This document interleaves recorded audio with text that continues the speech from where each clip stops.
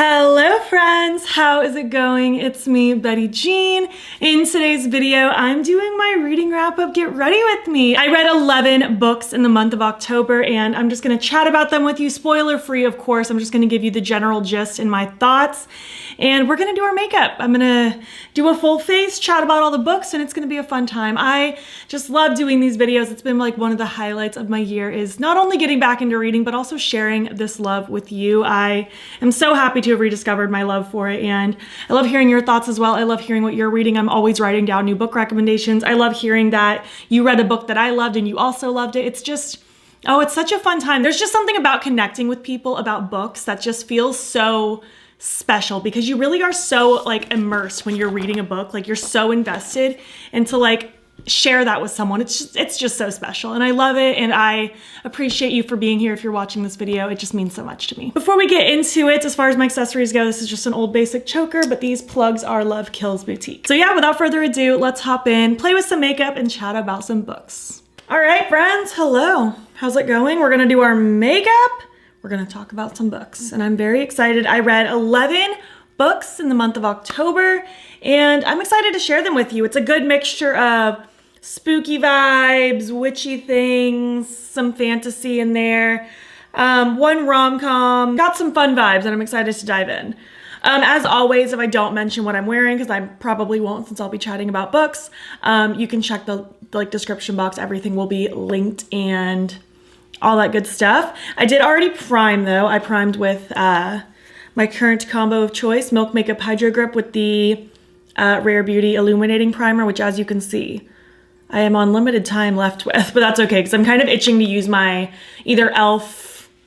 glow situation, I forget what it's called, the Halo Glow or something, or my Glossier Future Dew, so I'll replace that with that. That's in my drawer, so all good things. I did start my brows. I still have to do brow gel, but I'll do that once my face is done before I move on to the eyes, and I have not touched my hair this morning. All I did was scoop it out of my face, so let's dive in. Wow, this is crazy. I'm at 97 books so far this year. I did DNF 3 of them, so if you're not counting those, then it's 94.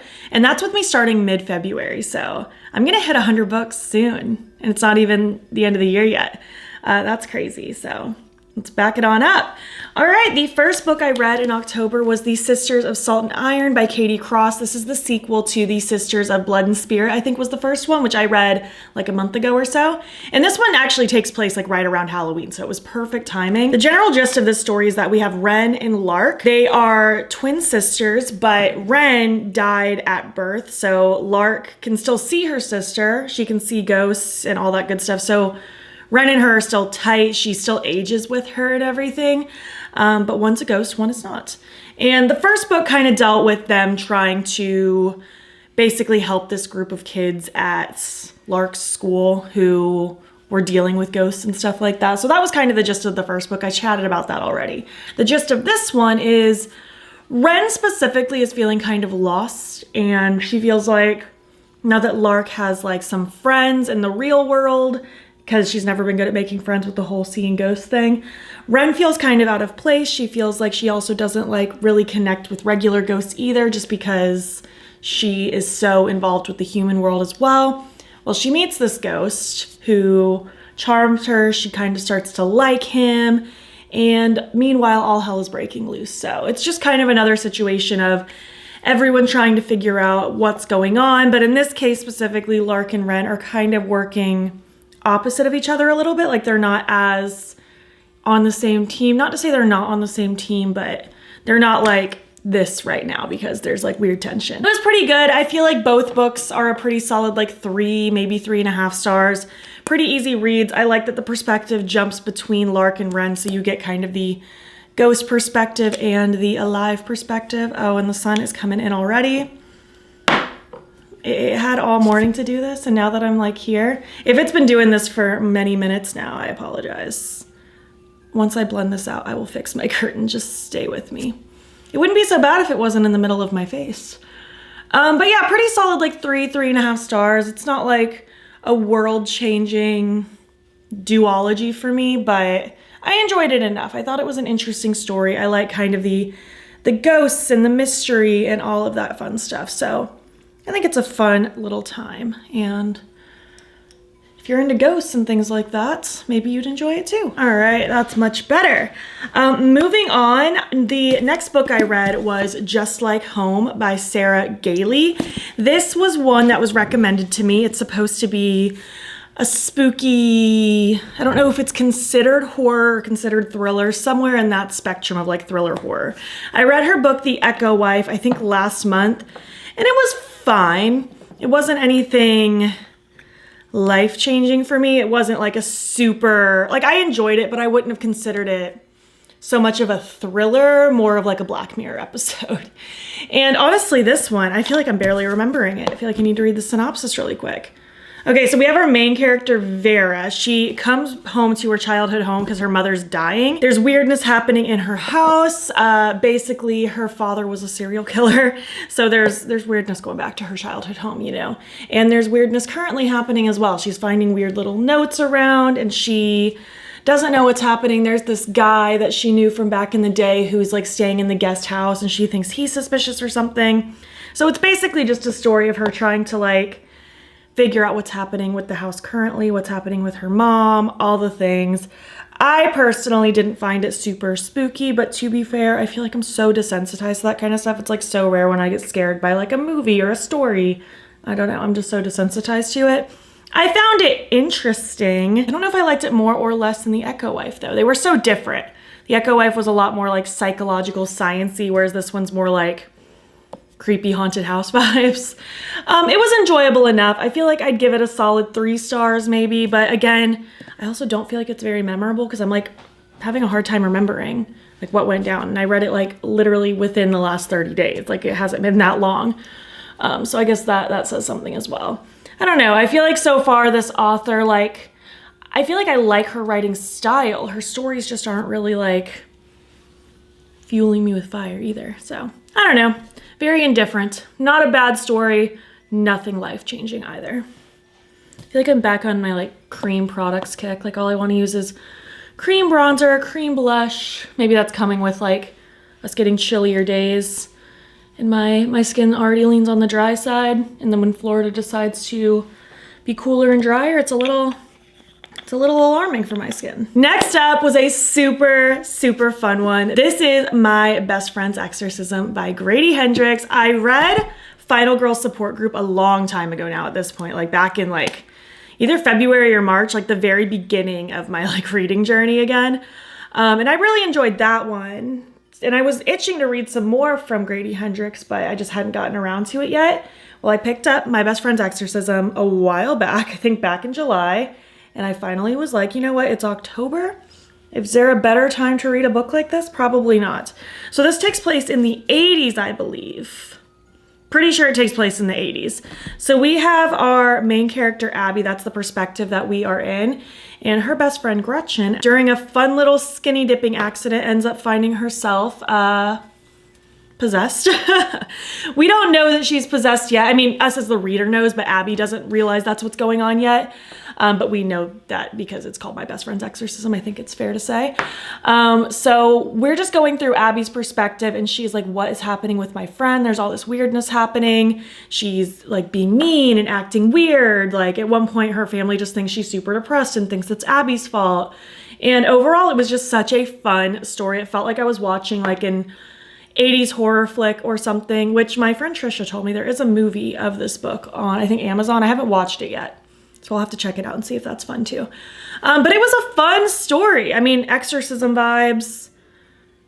We got spooky things. We got the 80s setting. It was just a fun time. I think if you're into like spooky stuff and horror, especially like old school horror, I think you'd probably really enjoy this. I thought it was a fun story and there were some parts that were like super gross and I just loved every second of it. I thought it was a really fun time. I think I gave this like a 4 stars. Yeah, I'd probably give it like 4, maybe even 4.5 stars. It was a really, really fun book. Except my face, I've been using this little powder puff from the Spectrum and Nightmare Before Christmas collection. I've never used one of these before, but I don't know, I'm kind of into it. So that's what I'm gonna continue using for now. The next book I read was All Our Hidden Gifts by Caroline O'Donoghue. This was so fun. It's this teen girl who I feel like is just kind of not living her best life. You know, I feel like she's kind of getting into trouble a lot. She kind of feels like an outcast. She also actually outcast one of her friends, like the previous school year or whatever. And that's just kind of not gone well. Like she kind of tried to like impress the popular kids, and of course that didn't stick, as you would expect.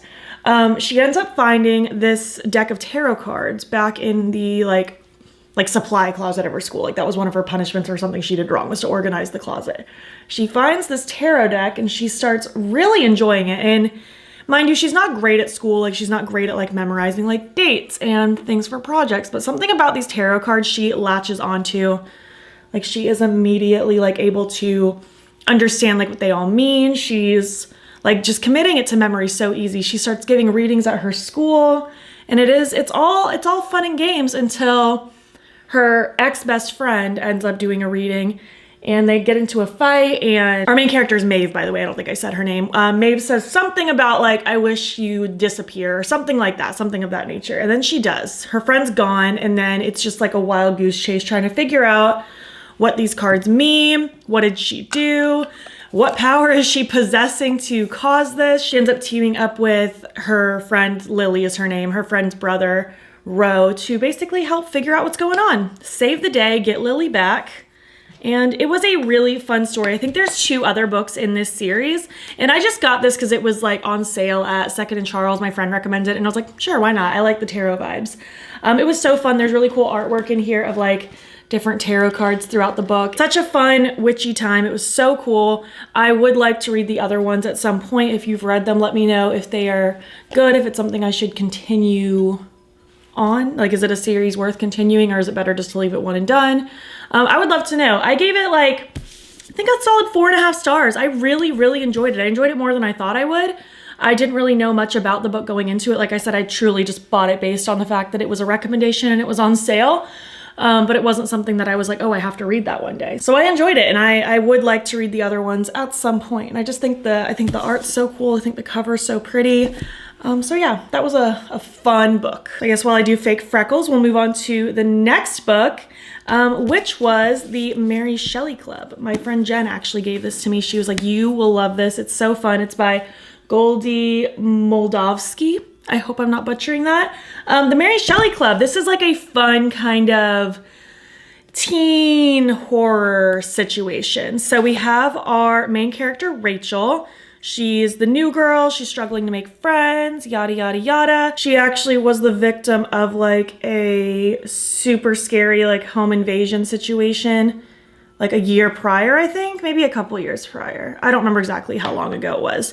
But she was the victim to that. And so she like carries some of that trauma, obviously, as one would. She ends up finding like kind of a safety net kind of situation, like a place she feels really comfortable with this group of kids who she finds do these pranks kind of based on horror tropes. They call them fear tests. They come out with these elaborate like scenarios. They don't like to call them pranks, but they are pranks in and of itself, for lack of a better word, where they basically pick a victim. They lay out like this scenario kind of following like a horror trope, and then everyone in the group kind of participates, and you win your fear test if your victim gets scared and screams.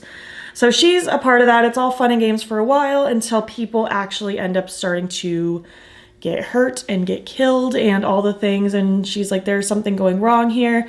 And then it's basically just kind of a situation trying to navigate, like trying to fit in and stay with this group of kids that she's finally become friends with, but also trying to unravel the mystery of like, what is actually going down here? Is someone not to be trusted? Like, what is going on? Overall, it was a really fun time. Again, kind of playing on just like classic horror tropes, which was super fun for October, but also fun for all year if you're someone like me and like spooky stuff all the time.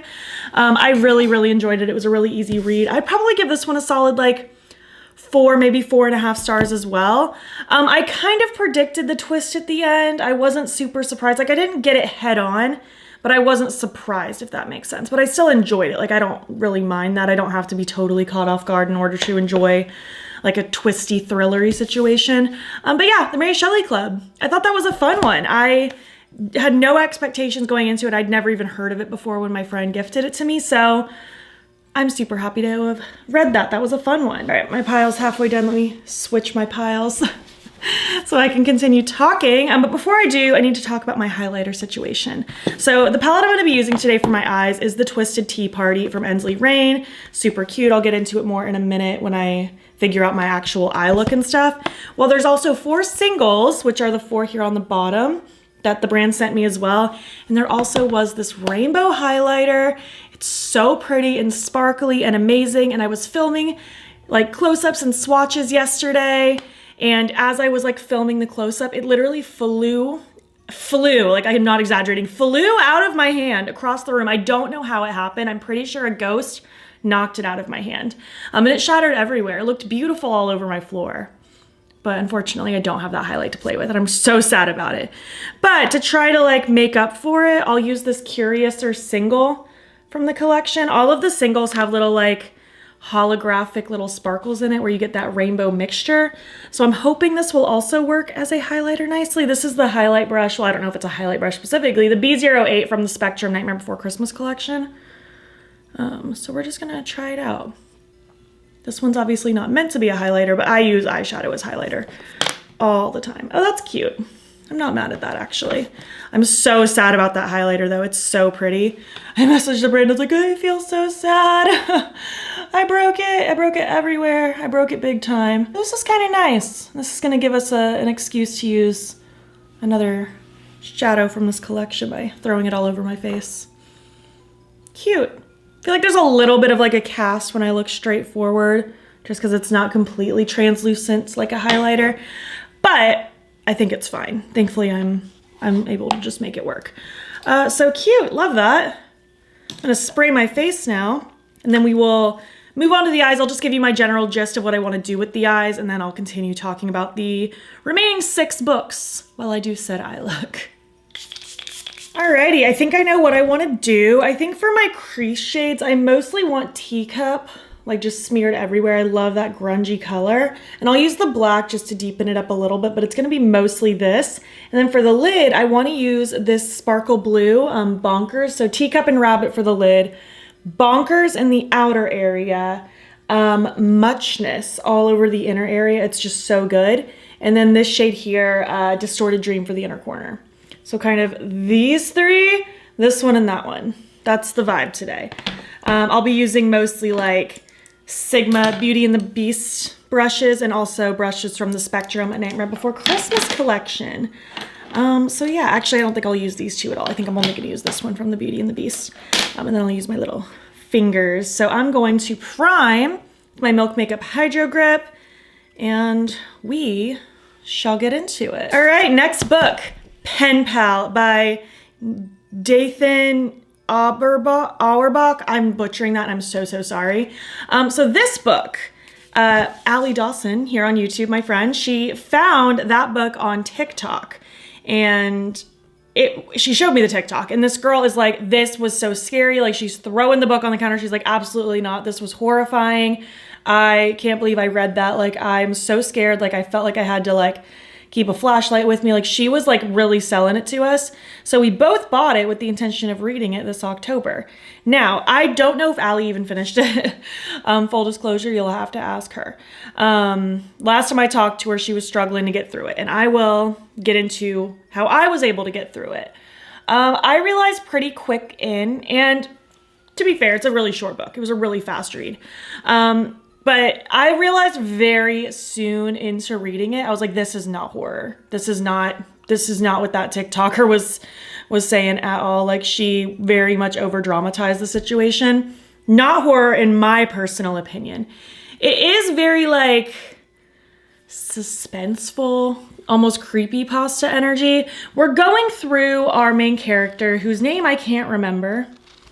It's this guy. I don't remember his name, but he's trying to make sense of like his own mysteries about his childhood and his past. We're kind of going through his narration of different stages of his life, like young childhood, teens, like all different stages of life and random things that kind of happened leading up to the point that we are at now. And again, I just did not find this to be horror at all. It was creepy. It had some suspense. I feel like it didn't really get into the meat of the story for at least like 2 or 3 chapters, which I think it's only like a 7-chapter book because it's pretty short. Maybe the first like chapter for sure was very much just like setting the scene. And then things start to happen slowly, but it's very much a kind of a slow burn with little bits of suspense. Things really pick up toward the end. But again, even after it was all over, I was like, okay, that was kind of spooky, but it wasn't like horror for me. Like I didn't even feel like suspense in my chest personally. I did enjoy it overall. I'm just gonna use a clean brush to blend out that color. I did enjoy it. I liked the writing style, and once I changed my perspective from expecting it to be this intense horror, I did start to enjoy it a lot. And I basically told Allie that I was like, stop thinking it's a horror right this second. Like go into it with a different perspective. I think you'll enjoy it more. I did enjoy it. I gave it like maybe 3 stars, maybe 3.25. Like it wasn't a bad book, but it definitely is not what everyone was hyping it up. Even when I posted on my Instagram stories that I was starting that book, I had people like, oh, this was a really scary book. And then after I finished, I was like, I didn't really think it was that scary. Like there were some spooky moments, especially at the end, like I said, but if you're interested in that book, don't let the TikToks fool you. It's not intense horror in my personal opinion. Obviously, like I mentioned, I'm kind of desensitized to this stuff. It's very rare when something actually spooks me, but I did still enjoy it overall. I liked the writing style. I liked kind of unraveling different parts of his childhood and kind of connecting the dots to certain things. And this is the most beautiful color I've ever seen in my life. Love that. I think that's so pretty. So yeah, like 3.25 stars. Not bad, not amazing, but I feel like it also like, it was hyped up incorrectly in my opinion. Next up, oh, I'm so excited. The Fourth Wing by Rebecca Yarros. Allie Dawson actually gifted this to me, so thank you, Allie. I'm so happy. I've been wanting to read this for a long time. I just hadn't got my hands on it. I planned on actually buying this back in July, but it was sold out everywhere. Like you could not buy it back then. Now you can get it a little more accessibly. But the next book, the second one, comes out in early November. I already have it pre-ordered and I'm so excited. So this is The Fourth Wing. Very hyped up right now, a really hyped up fantasy series, and I am personally loving every second of it. I enjoyed it right from the get-go, going in with that black now. It's this college where these students join in order to become dragon riders. I mean, there's other parts of the college as well, but the part we're focusing on is the dragon rider section. Our main character is Violet, and her mom is actually like the, I don't remember her title. What is her title? She's like the general for all the like dragon riders, like the professional ones. So like she kind of didn't have a choice. Her older brother and older sister both went to school to be dragon riders. She doesn't have a choice. She wanted to be a scribe. Well, too bad, you are going to dragon rider school. So that's what she does. It's very high stakes. Like people die like right from the get-go. Like even just trying to like cross the threshold into actually starting the academy, you die. Like people do not survive in this school. Basically, your only option is to get through the school and graduate and become a dragon rider or die in the process. So very high stakes, which makes it very exciting in my opinion. Lots going on here. I loved the mixture of dragons. It was so fun. I really like Violet's character. I love kind of an underdog kind of situation. Like she's really not meant to be here.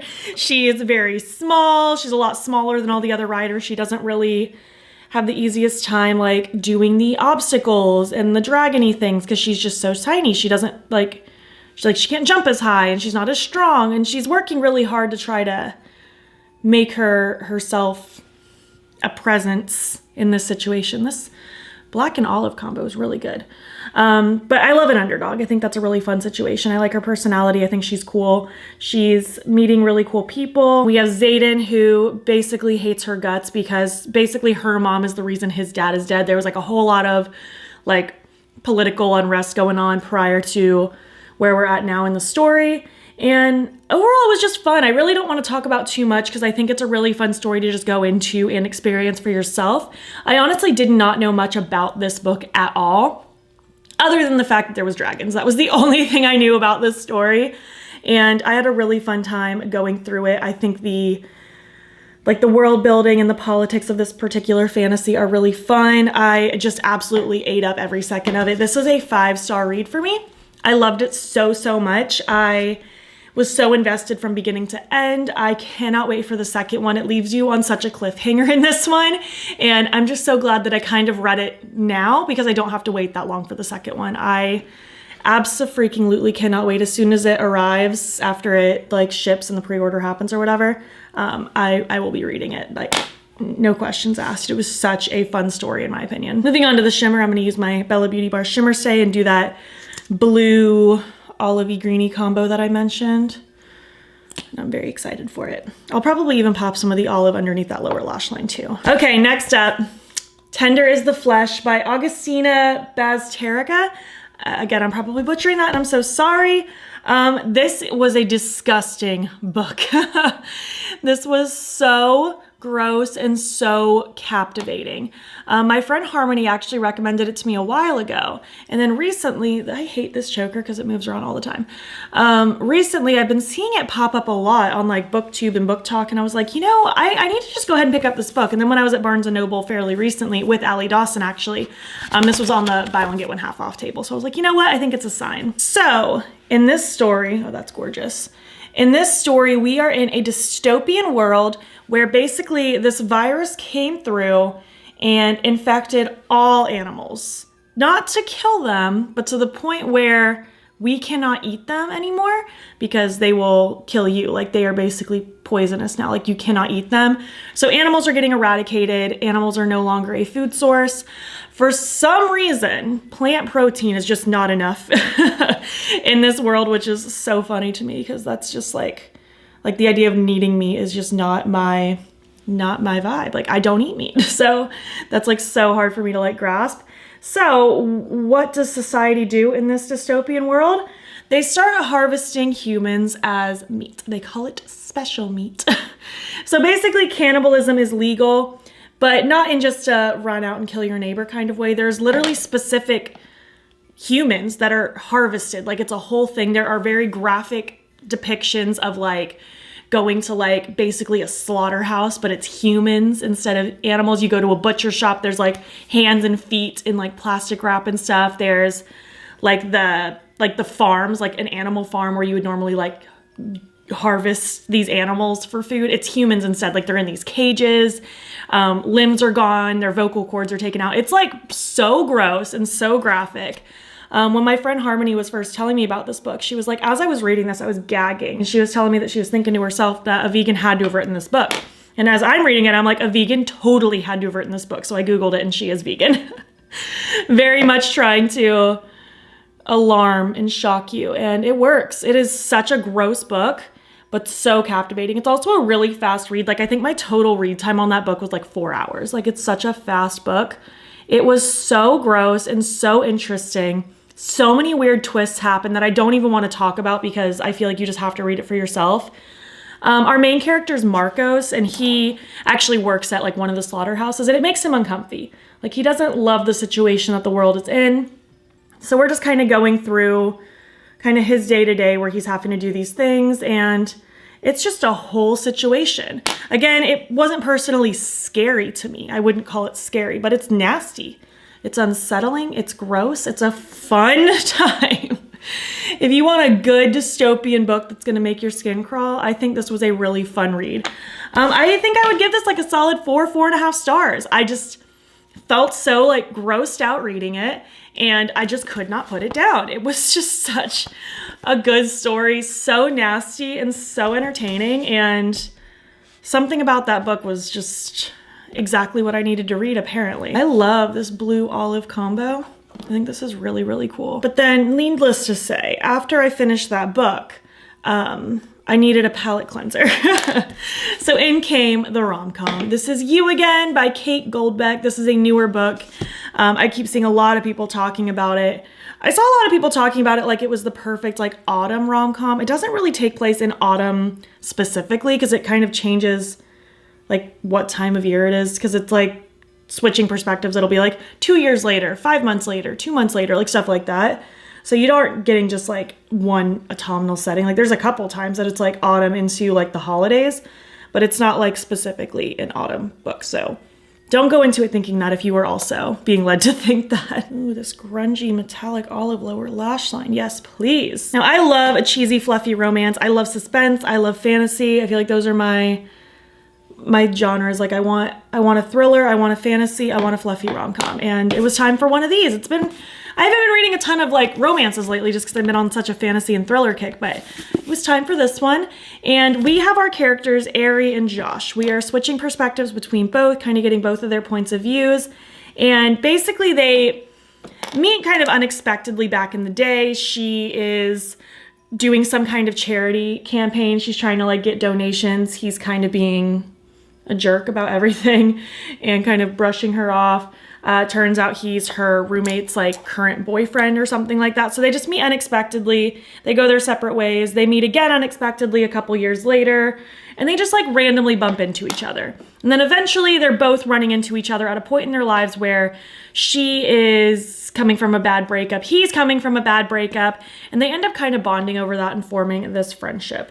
So it's kind of just like a little like, I don't even know what to call it. Like enemies to friends to lovers situation. We have different perspectives going on, like from both of their perspectives and also different time periods, because it starts when they're like much younger into like closer to like 30, I think over like roughly a decade, maybe 6 to 8 years. I'm not sure exactly how long this takes place for.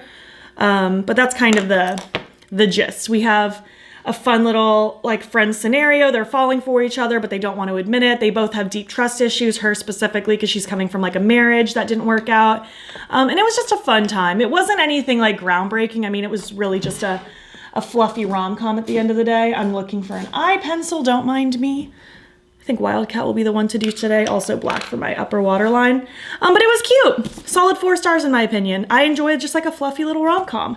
I thought the characters were fun. They're interesting. Definitely like flawed characters. Like she's very kind of free-spirited and does whatever she wants and doesn't want to do anything she doesn't want to do. Like she's really bad at like kind of compromising. But she's really fun. She's an aspiring comedian. He is a chef who is very like kind of gruff and to the point and this is how things are done sort of thing. Like he's a lot more rigid than her. Like she's a lot more free-spirited and fluffy. But I really enjoyed them. When I was reading reviews on Goodreads, because I always like to read people's reviews after I've read the book just to see if people agree or disagree with me. And I feel like Goodreads is always just full of people hating every book. But people were really like getting on the fact that she's a very sex-positive person and like very much slut-shaming her, which was really uncomfy for me.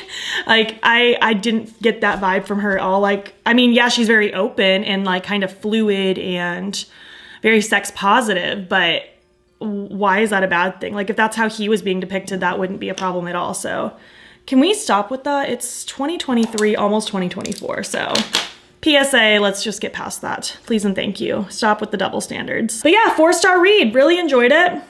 I have 2 more books while I do my mascara and lashes. I don't even know what lashes I want. Probably these. The Flirt half lashes from Bright Lashes. So I will work on that while we talk about our last 2 books. So we are on Throne of the Fallen by Carrie Maniscalco. This is the Barnes & Noble exclusive cover. I think it's beautiful. The other one's black, which you'd think I'd prefer. It looks really good. Like it looks like this. Let me pull it up on Goodreads. It's really cute. Spoiler alert, I gave it 4 stars, more like 4.5. But really cute, but something about this one is just so captivating. I think it's so pretty. So this is Throne of the Fallen. This is the same world as the Kingdom of the Wicked trilogy, which I read over the last few months, and I really, really enjoyed that trilogy. Very much the 7 princes of hell, each one's representing a different sin. The Kingdom of the Wicked trilogy is focused on our main character, Amelia, and Wrath. So we're going through that whole story. And then this is not a direct sequel necessarily. Like it does take place after the trilogy, but it's not following up with that at all. Like it's not in Amelia's perspective at all. This is Envy's story. I am so excited about this. And now I'm just putting it out into the universe. We need all of the 7 princes of hell to have their own book. I need pride, I need lust, gluttony, greed, sloth, all of them. We need all the books. So we are kind of going between Envy and Camilla's perspectives. Envy is a part of this deadly game where he needs to basically win. He needs to solve all these riddles and gather all these clues, trying to win this game. And what that ends up leading him to is Camilla, who is just part of the human world. She's at an art gallery. She's an artist. He needs her for whatever reason. So he ends up using her to get his first clue, and then she ends up being a part of the game as well. Like, she is forced to be a part of it. There's lots of tension between Camilla and Envy, which was so yummy. I soaked it all up. It's so good. We're getting a lot more of like Envy's story, because you learn a little bit about his story in the Kingdom of the Wicked trilogy, but you don't get a lot of it. We're learning about Camilla. We're trying to figure out like, how does Camilla even relate to this situation? Like, why is she here, kind of thing. Lots of unraveling going on. You get to learn more about the other like sins, Envy's brothers, in this as well, like only little bits and pieces. So that's why I'm like, we need individual books, please and thank you. But it was really good. Again, I really don't want to give too much. Fantasy world, we have obviously the 7 princes, Envy specifically. They're fueled by their specific sin and they're constantly trying to seek it out. I will say you could read this book absolutely without reading the Kingdom of the Wicked trilogy. However, I would not read this and then go back and read the Kingdom of the Wicked trilogy, just because things in this book do spoil big things that happen in the 3rd book specifically. So don't read this and then try to go back, or you're going to be so spoiled. Like, it wouldn't be worth it to do it that order. But if you are kind of interested in this world but don't really want to read that trilogy for whatever reason, you could get into this one. There's also another difference between this book and the trilogy, where this is more new adult, whereas the other one was described more as young adult, which to me it was a little more adult than young adult originally anyways. Like, there's more things than you would typically read, like a little more graphic-y things than you'd normally read in a YA, but this one's even more adult than the first one, like just the topics and stuff like that. Just so you don't think it's the exact same writing style or anything. I mean, it's the same author, same world and everything, just a little bit darker. But I loved it. I would give it like maybe a solid 4.5 stars. I think I liked it more than the Kingdom of the Wicked trilogy, which just further proves that we need more books. Please and thank you. So yeah, loved that. I thought it was such a good time. I loved getting to know Envy more. I love Envy a lot. And I just thought it was so, so good. And I didn't even know this was a thing until one of the BookTube videos I was watching mentioned it. And I was like, oh my God, I did not even know that was like in the works until it was already out.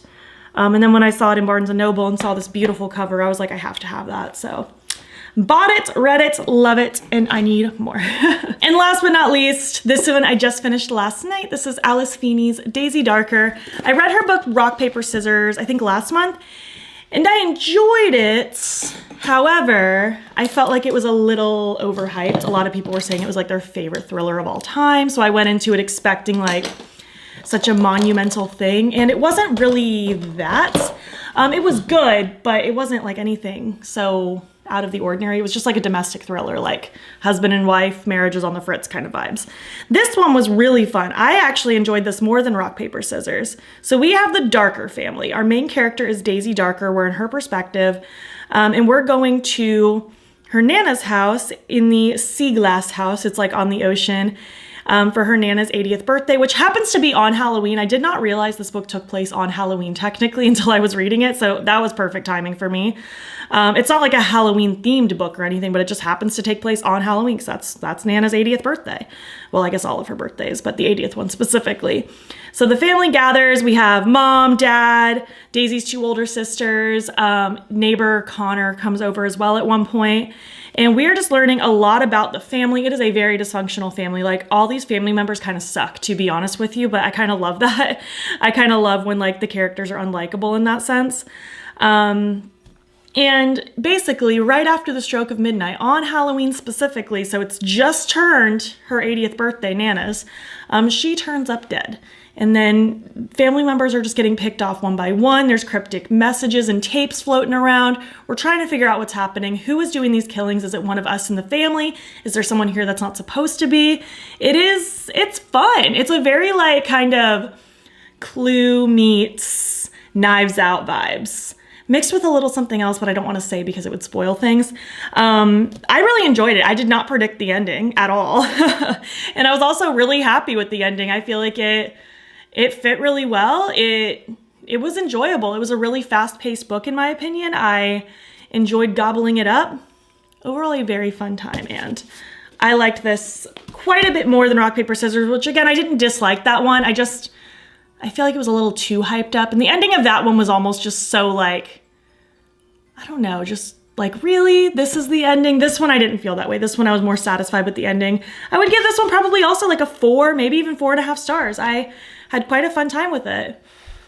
And that now sums up all 11 books that I read in October. I feel like I had a good mixture of spooky, fantasy, witchy vibes, the rom-com mixed in, which was honestly just a great palate cleanser after Tender is the Flesh. Fourth Wing was, again, my favorite. That was my 5-star for sure. But I read some good books. It's funny, like the beginning of the month, I was like, I don't know if this is gonna be my best month, because the first couple books were like 3 stars, and I was like, I don't know. But then I guess looking back, it really did take a turn. Like everything for the most part was like 4 or 4.5 stars. So really fun reading month, really good variety going on, and I'm excited to jump into November. I already have some cutesy, fluffy little Christmas rom-coms that I'm super excited about. So stay tuned for that. I'm excited for some more fantasies. I'm finally gonna be starting the Throne of Glass series by Sarah J. Maas, and I cannot wait. I've been procrastinating just because like it's a longer series and I didn't want to have to buy a million books. But Black Friday is coming up soon, so I figured like maybe now's a good time to start so that I can pick up other books when that time comes. I actually already own Throne of Glass, and then my friend Trisha sent me Assassin's Blade because she's on team start with Assassin's Blade, not Throne of Glass. And up until last night, I was very stubbornly like, no, I'm starting with Throne of Glass. That's what I've always told myself. I'm not starting with Assassin's Blade. But I feel like the more I look into it, it seems like the majority of people are like, start with Assassin's Blade. It's like little novellas kind of compiled together into one book. It's giving you kind of glimpses into the past of different characters we're going to be meeting. So I understand. I have not read them yet, so I might be wrong.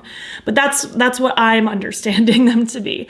And I've been told by some people that it's fun to read Assassin's Blade later because you're getting kind of like backstory when you're already really invested in the characters. But then I hear the flip side of like, start with Assassin's Blade because you're getting this backstory already, so things will make more sense later. So I don't know. I was so undecided, and then I was so pro Throne of Glass, but I think I actually am going to start Assassin's Blade, which works out because then I have the first 2 books technically. I'll start with Assassin's Blade and immediately roll into Throne of Glass, and I am very, very much looking forward to it. Oh, I just love these lashes. Not even just these specifically, like the Flirt ones are cute, but just Angela Bright's brand Bright lashes in general. They're just such comfy, cute little lashes. They give me the perfect drama in the outer corner where they lengthen and thicken, but they aren't uncomfy, like they're not taking over my whole eyeball. I freaking love them. They're so easy. Like if you are a beginner at lashes, I feel like half lashes are the way to go. They're just so stinking cute. So yeah, I'm gonna finish the vibe. I just need to throw on a lip and do my hair, but I will be back when I'm complete. Thanks so much for watching my video. I had so much fun today just doing my makeup and chatting about books and sharing all the things with you. I would love to hear your thoughts on these books. Did you read any yourself? Did you love any? Do you hate any? What are you reading lately? What's on your list? I would love to know. Oh, also as far as my lip combo, I used the Cafe pencil from Unearthly, just kind of lined and filled in a little bit, and then topped it with the Rosy Outlook gloss from Lawless over top. I'm also loving this eye look. I think it's so pretty. I'm really excited to play with that palette some more. I'm also gonna do another look over on Instagram Reels and YouTube Shorts, so stay tuned for that. I'm very excited about it. If you made it to the end of this video, why don't you leave some book-related emojis? And if you like this video, please give it a thumbs up. It helps my channel out a lot. And if you're not already, you can follow me over on Instagram. I'm battybean there as well. Also, feel free to subscribe. I'm posting most days over here. Also, if you want to, you can join my channel memberships. The link to sign up will be down below. You'll get fun little perks, including a members only Get Ready With Me once a month. And now's a great time to join. It's the 1st, so on the day that this video goes up, I'm also gonna be asking my members what they want to see me use in this month's members only Get Ready With Me. So now's a good time to jump in. You can give your suggestions. I'll be running polls for my members soon about what to use, and it'll be so fun. Thank you so much for watching, and I'll catch you in the next one. Okay, bye.